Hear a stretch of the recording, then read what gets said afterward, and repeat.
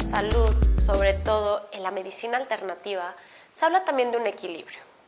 Cuando nosotros de hecho hablamos de salud y equilibrio en el rostro, estamos hablando de la capacidad que tenemos como seres humanos de leer las facciones, cuáles son nuestros elementos que a lo mejor están más frecuentemente en nuestro rostro, y no nada más eso, sino también buscar cuáles no están o no aparecen de manera tan recurrente para que de esa manera lo balanceemos.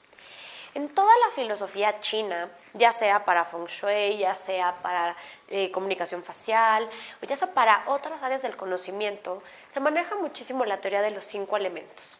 A diferencia de los elementos que a lo mejor mucha gente conoce vinculado con la astrología o demás, los 5 elementos de hecho en China se vinculan con los procesos naturales que tal cual la naturaleza y todo el mundo vive. ¿Qué quiero decir con esto?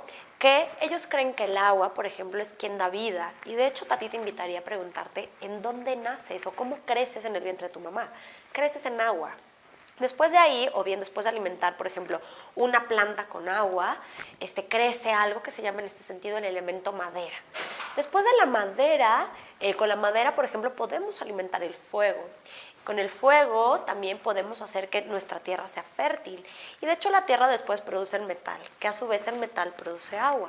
¿Qué quiero decir con esto? Ellos creen que existe algo en la naturaleza que se llama el ciclo creativo. Y cuando estos elementos interactúan de una buena manera y de hecho en equilibrio, es cuando tú puedes tener salud. Cuando entonces alguno de estos elementos se desequilibra, ¿por qué? Porque a lo mejor estás sobreutilizándolo o bien no lo estás utilizando para nada, es cuando las enfermedades o los bloqueos emocionales empiezan a surgir. Cada una de las emociones se vincula con uno de estos elementos. Ejemplo, la madera, que está directamente relacionada con el hígado, también se vincula con la emoción de la ira. Ejemplo, el metal, vinculado con los pulmones, está asociado con el duelo. Otro ejemplo, el agua, asociado, vinculado con los riñones, está también directamente relacionado con el miedo. Y así sucesivamente. Entonces, cuando tú de hecho sobreutilizas esa emoción, hace que tu organismo, en ese sentido, empiece a trabajar de más. Y eso es lo que automáticamente hace que te enfermes. Es por eso que el rostro puede ser un gran aliado también para diagnosticar enfermedades, y no nada más para hacerlo, sino para empezar a prevenir enfermedades. ¿Qué quiero decirte con esto?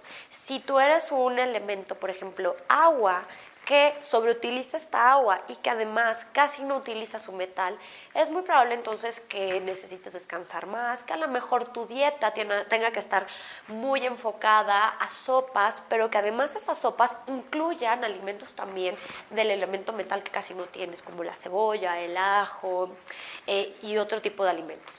Lo que quiero decirte con esto es de que estamos ante una gran herramienta que te puede ayudar a equilibrarte, a darte energía, pero sobre todo a prevenir enfermedades. Y bueno, ¿quién mejor que el especialista en esta materia para, de hecho, aprender de viva voz de un gran maestro de la acupuntura y de la medicina china tradicional para equilibrar de esta manera nuestros elementos en el rostro y sobre todo para seguir por medio de nuestro camino emocional fomentando también nuestra salud? Te invito entonces a que dialogues con tu cara. Recuerda que la cara habla. Hazlo de una manera más consciente y sobre todo haz que los alcances no nada más sea el entender quién eres, sino también el cómo podrías enfocar toda tu estrategia para tener una mejor salud.